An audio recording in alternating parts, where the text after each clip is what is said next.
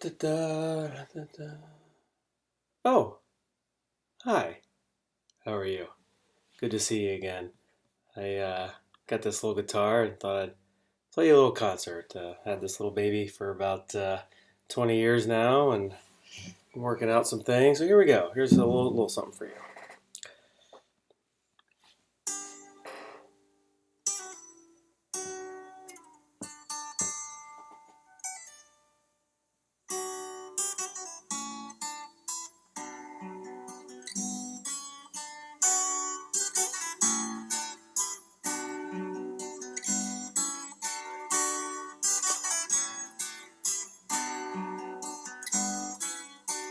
Okay, I'm actually not even playing. See, I'm not even playing.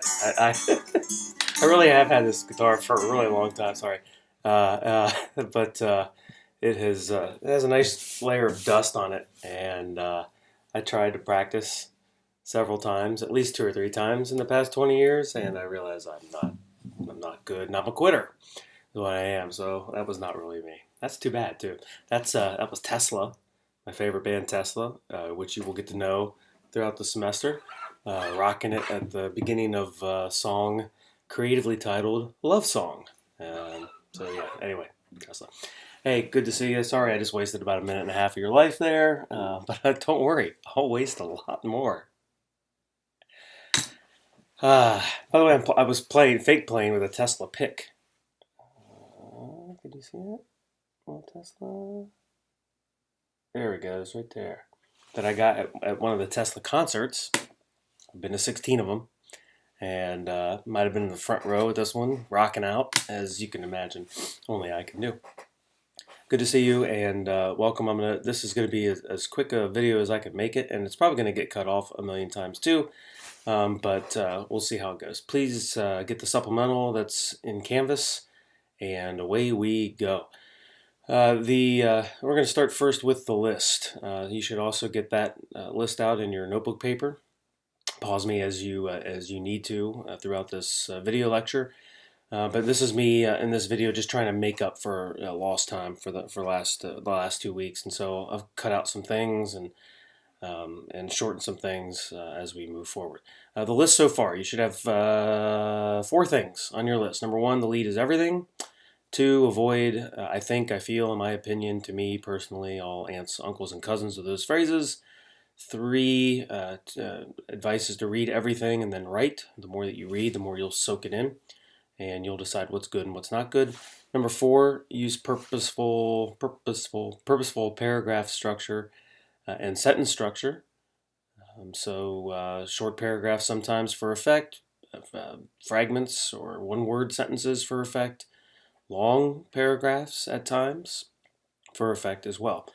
So that's the first 4 things. We'll add to another one here in a little bit, so just keep your notebook open for that, along with any other notes that you feel like you need to take. It's time. It's time right now at this point in the semester for you to be checking through your graded work. I believe in improvement. I spent a lot of time grading. It took me, for instance, on the articles that I just graded that you did, the Martin Luther King Jr. article and I Know Just How You Feel CNN article. That probably took me 15 minutes or so a student to get through those, and I have 41 Journalism 201 students. So if you want to do some quick math on how, well, let's see, 4 an hour basically, that was 10 hours of grading, probably a little bit more than that. But that means that's a lot of my time, which is fine. Not complaining, even though it sounds like it. But what I expect, though, when I am going through those and I'm making a lot of comments on your writing, is that you spend the time to go through the comments I make and realize what you're doing and then try to get better. Always, you should be asking yourself, not just in school, but in anything else, is, are you better today than you were yesterday? We're going to get into Canvas a little bit later, so if you want to again pause me and open up Canvas to that 4-article assignment, that would be good. I want to make sure that you can access my annotated comments in Canvas. First, though, I want to talk about the purpose of quizzes. The quizzes are a way for me to check that you're along for the ride with the textbook. It's also a way for me to kind of go through what's called Bloom's taxonomy, which is that first item on your supplemental. This guy named Benjamin Bloom came up with 6 different ways that we think. All of us think. Whether you, me, Einstein, whoever. There are different levels that we think, and the lowest level possible that we all think is knowledge, the ability to remember things. 2 plus 2 is 4. First president of the United States is George Washington. It took a little longer for me than it should have. These are all those things that school slams into your brain and makes you memorize that are still in your brain. Basic knowledge. Either you know it or you don't. Maybe you know the capital of Wyoming, for instance, or maybe you have to look that one up.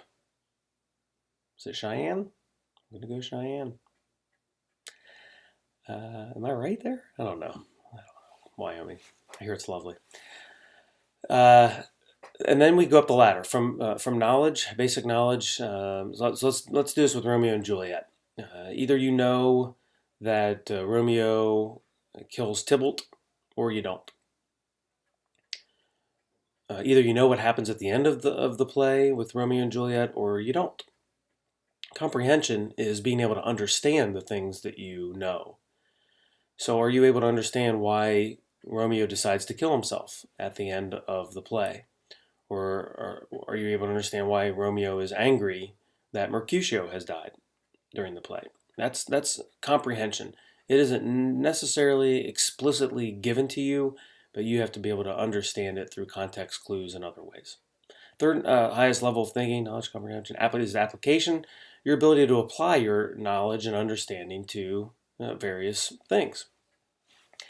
Fourth, so for instance, can you apply your knowledge and understanding of what happened with Romeo and Juliet at the end of the play to a situation where you were upset about someone's action and how you handled it? And did you handle it better or worse than how Romeo did? So you're connecting to the text, hopefully not on a literal level, but that's application. Analysis is the fourth highest level of thinking, or I guess third highest level if you want to go on the way down. I'm getting confusing there. Anyway, fourth level up, I guess, is the best way to put it, is analysis. And that's being able to understand patterns of things. If you see that when there's some dramatic event that happens in Romeo and Juliet and it's immediately followed by comic relief, then you start to read other Shakespeare plays like Macbeth and Julius Caesar, and you see the same thing happening. In Macbeth, for instance, the king dies, which would have been an extraordinarily horrific moment for that audience back then. Immediately in the very next scene, there's a drunk guy making sexual jokes as a way to assuage the pain and the anguish that Shakespeare's audience was feeling. That tried and true structure is done throughout Shakespeare. Not only Shakespeare, but watch a sitcom that has a particularly